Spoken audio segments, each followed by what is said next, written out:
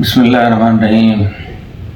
میرے تمام ویورز کو میرے دل کے اتھا گہرائیوں کے ساتھ السلام علیکم ورحمۃ اللہ وبرکاتہ۔ امید ہے آپ سب لوگ خیریت سے ہوں گے، خوش باش ہوں گے، اور میری دعا ہے کہ اللہ پاک آپ کو دین و دنیا کی دولتوں سے نوازے اور آپ کی پریشانیوں کو دور کرے۔ ہمارا پروگرام پرانے ٹھگ اب انتہائی اختتام کی جانب ہے، اور یہ ٹھگ اس دور میں ٹھگ کہلاتے تھے، لیکن آج ہیں ان کا نام بدل گیا ہے، اور کسی نہ کسی صورت میں ہر جگہ آج تک موجود ہیں۔ مختلف نوعیتیں ان کی 150 صدی تک تقریباً یہ واقعہ چلتا رہا ٹھگوں کا ختم کرنے میں۔ اس میں کتنے سارے لوگوں کی جانیں گئیں، کتنے گھر برباد ہوئے، کچھ کا پتہ ہی نہ چلا، اور یوں ہماری بر صغیر ایشیا کی تاریخ المناک، دردناک، وحشتناک اور دہشتناک تھی۔ اب بھی کچھ کم نہیں ہے۔ پہلے رومالوں سے کام چلتا تھا اور اس سے لوٹا کرتے تھے، اب نئے نئے جدید اسلحے آ گئے ہیں۔ اب اس کے ذریعے ایک کو نہیں کئی کو ایک ساتھ لوٹا جاتا ہے۔ پورے دنیا کا یہی عالم ہے۔ تو شروع کرتے ہیں، اور شروع کرنے سے پہلے آپ لوگوں سے گزارش ہے، پروگرام کو لائک کر دیجیے گا، شیئر کر دیجیے گا، اور مناسب سمجھیں تو سبسکرائب کر دیجیے گا، کیونکہ اس سے ہماری حوصلہ افزائی بڑھتی ہے، اور یہ چینل آپ کا چینل ہے۔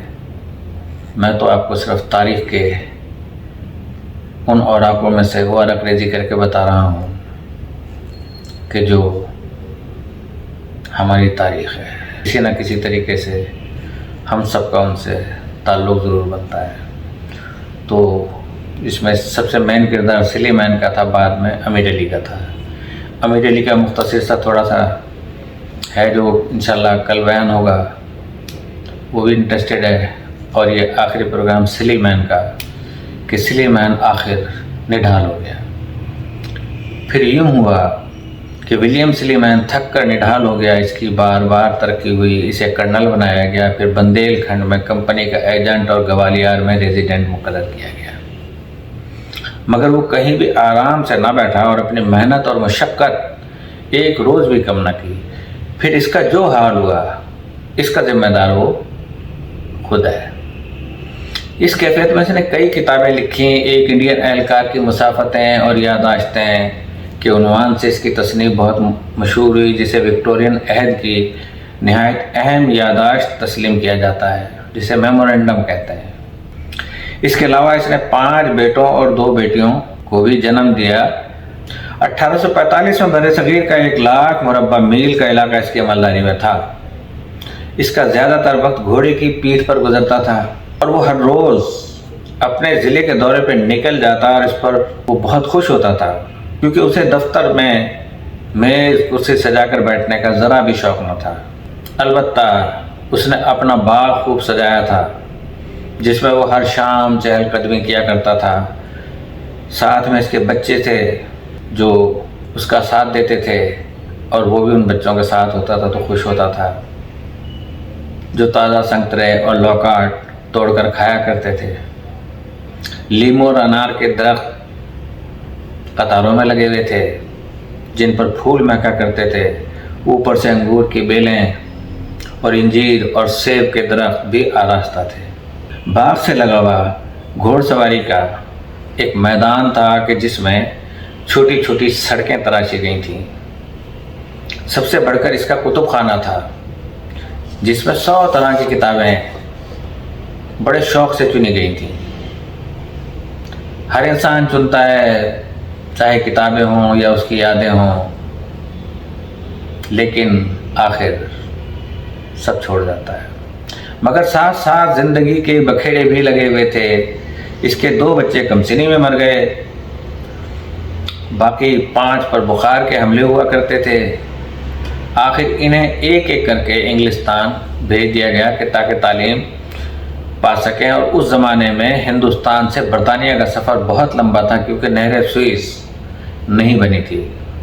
مطلب یہ کہ سلی مین اپنے بچوں کو کبھی نہ دیکھ سکا۔ یہی حال اس کی بیوی کی صحت کا تھا۔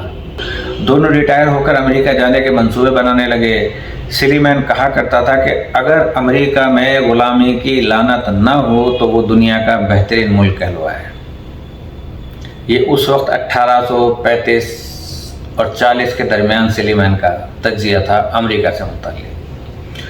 حکومت ہند ہر حال میں اس کی خدمات سے فائدہ اٹھانا چاہتی تھی، لہذا 1848 میں اسے اودھ کے دربار میں سرکاری انگلیشیا کا ریزیڈنٹ مقرر کیا گیا۔ اس عہدے میں بلا کی شان و شوکت تھی۔ اس کا مقصد دربار اودھ پر کمپنی بہادر کا رعب اور دبدبہ قائم کرنا تھا۔ چنانچہ جب سلیمان کی سواری شہر لکھنؤ میں داخل ہوئی تو آگے آگے 300 سجے ہوئے ہاتھی تھے اور سجے ہوئے ہونٹ تھے۔ انگریز کب سے اودھ کو دبوچنے کے خواہش مند تھے۔ انہوں نے واجد علی شاہ، جس کی کہ وہاں پہ حکمرانی تھی، اور ان کی حکومت کو برا بھلا کہنا شروع کر دیا۔ مثلاً وہ بڑے بڑے استادوں سے طبلہ بجانے کی تربیت لے رہے تھے، وہ ان کا شوق تھا۔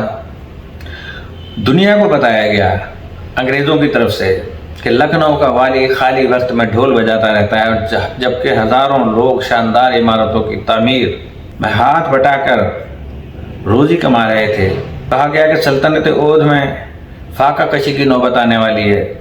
سلیمان کمپنی کے اس رویے کی سخت مخالفت کرتا رہا اور 5 سال تک شدید کوفت میں جھلستا رہا۔ وہ اودھ کے شاندار دربار میں بھی اصلاحات کرنا چاہتا تھا، مگر دربار اس کے لیے تیار نہ تھا۔ اس نے لکھا کہ میں اودھ کو بہشت بنا دیتا، مگر یہاں حکمران میری ایک نہیں مانتے، اور لگتا ہے کہ ان کے پیچھے میں اپنی عمر کو جو ہے وہ ضائع کر رہا ہوں۔ لکھنؤ میں سلیمان پر ایک اور غضب یہ ٹوٹا کہ اس پر 3 مرتبہ قاتلانہ حملے ہوئے۔ 2 حملے تو اودھ کے جاں بازوں نے، اور تیسرے حملے کے بارے میں خیال ہے کہ قید سے فرار ہونے والے کسی ٹھگ نے کیا ہے۔ سلیمان کی ایک بیٹی جو اس وقت کمسن تھی، یوں آ کے بیان کرتی ہے کہ میں ایک روز اپنے والد کے مطالعے کے کمرے میں ان کے ساتھ بیٹھی تھی کہ جیسے اچانک ان کے دل میں اور ان کو دل کو کچھ خبر ہوئی۔ انہوں نے ایک جھروکے پہ پڑے ہوئے پردے کو سرکایا تو دیکھا کہ وہاں ایک ہندوستانی شخص خنجر پکڑے کھڑا ہے۔ میرے والد نہتے تھے اور انہیں کسی حملے کا خیال بھی نہ تھا۔ سلیمان نے اپنی عمر کا بڑا حصہ اتنے خطروں میں گزارا تھا، اس واقعے پر پریشان نہیں ہوئے، اور وہ اس شخص کی طرف انگلی اٹھا کر بولے، تم ٹھگ ہو؟ اس شخص کے ہاتھ سے خنجر گر پڑا اور سلام کرتے ہوئے بولا، ہاں صاحب۔ اس کے بعد اسے گرفتار کر لیا گیا۔ سلیمان پر بخار مسلسل حملے کرتا رہا اور 1855 کے آخری دنوں میں اسے سبکدوش ہونا پڑا۔ انہی دنوں ان کا پرانا دشمن فرنگیہ جو ہے وہ بھی مر گیا۔ جس برطانیہ کو سلیمان نے 1809 میں چھوڑا تھا، اس کی جانب سفر شروع کرنے کے لیے سلیمان اور اس کی بیوی 1 فروری کو کلکتے سے جہاز میں بیٹھے۔ وہاں زور کا بخار چڑھا اور اس کی حالت بگڑنے لگی۔ جہاز ابھی لنکا کے قریب ہی پہنچا تھا کہ سلیمان چل بسا۔ اس کی میت سمندر کے سپرد کر دی گئی۔ اس کی بیوی 4 صدی تک زندہ رہی اور باقی عمر انگلستان میں اپنے بچوں کے ساتھ گزار دی۔